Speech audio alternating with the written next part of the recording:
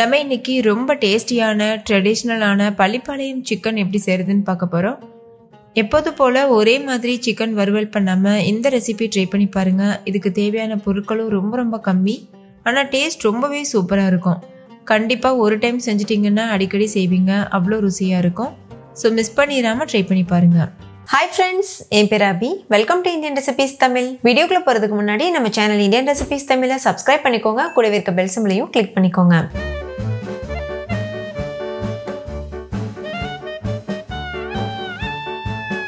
First இந்த recipe பண்ணுறதுக்கு ஒரு கடாய் சூடுபடுத்திக்கோங்க. அதில் 1/4 கப் அளவுக்கு நல்லெண்ணெய் சேர்த்துக்கோங்க.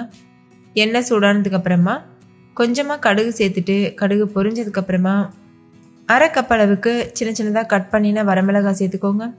முடிஞ்ச அளவு வரமிளகாயில் இருக்கக்கூடிய விதையை நீக்கிட்டு சேர்த்துக்கோங்க. அப்போ தான் ரொம்ப ஜாஸ்தி காரம் கொடுக்காம இருக்கும். சேர்த்துட்டு லோ ஃப்ளேமில் வச்சு இது லேசாக வதக்கிக்கோங்க.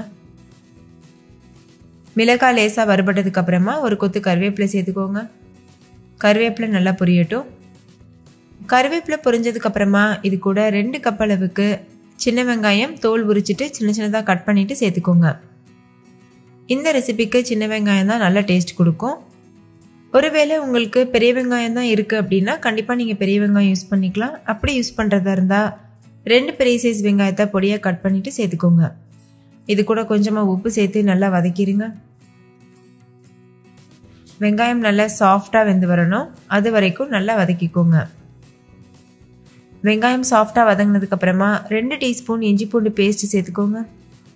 சேர்த்துட்டு இஞ்சி பூண்டு பச்சை வாசனை போகிற வரைக்கும் நல்லா வதக்கிடுங்க. இது கூடவே 1/4 டீஸ்பூன் மஞ்சள் தூள் சேர்த்து இது நல்லா வதக்கிடுங்க. நல்லா வதங்கினதுக்கு அப்புறமா 3/4 கிலோ அளவு சிக்கனை நல்லா வாஷ் பண்ணிட்டு சேர்த்துக்கோங்க. சேர்த்துட்டு இந்த எண்ணெயிலேயே நல்லா வதக்கி விட்டுக்கோங்க. இதுக்கு எக்ஸ்ட்ரா எதுவும் நம்ம மசாலா சேர்க்க போகிறது இல்லை, அந்த வரமிளகாய் மட்டும்தான் காரத்துக்கு சேர்த்துருக்கோம்.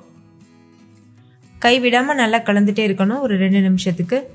கலந்ததுக்கப்புறமா ஸ்டவ்வை லோ ஃப்ளேமில் வச்சுட்டு மூடி போட்டு மூடிட்டு நல்லா எண்ணெய் பிரிஞ்சு வர வரைக்கும் வேக வச்சுக்கோங்க. தேவைப்பட்டதுன்னா நீங்கள் கொஞ்சமாக தண்ணி சேர்த்துக்கலாம்.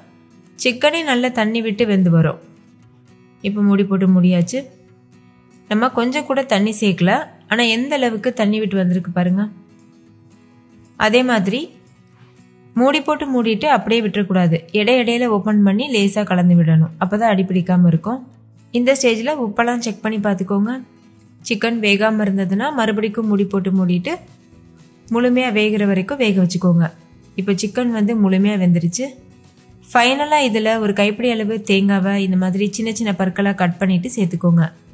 இதுதான் இந்த பள்ளிப்பாளையம் சிக்கனுக்கு ரொம்ப டேஸ்ட் கொடுக்க போகுது.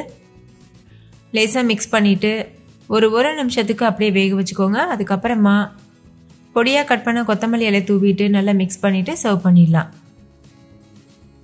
ரொம்ப ரொம்ப டேஸ்டியான பள்ளிப்பாளையம் சிக்கன் சூப்பராக தயாராகிருச்சு. கண்டிப்பாக நீங்களும் இதே மெத்தடில் ட்ரை பண்ணி பாருங்கள். வீட்டில் இருக்க எல்லோரும் என்ஜாய் பண்ணி கேட்டு வாங்கி சாப்பிடுவாங்க. ஓகே ஃப்ரெண்ட்ஸ், இந்த வீடியோ உங்கள் எல்லாருக்கும் ரொம்ப பிடிச்சிருக்கும்னு நம்புறேன். பிடிச்சிருந்தா லைக் பண்ணுங்கள், உங்கள் ஃப்ரெண்ட்ஸ் கூட ஷேர் பண்ணுங்கள். நீங்களும் செஞ்சு பார்த்துட்டு டேஸ்ட் எப்படி இருந்ததுன்னு கமெண்ட்டில் சொல்லுங்கள். தேங்க்யூ, பாய்.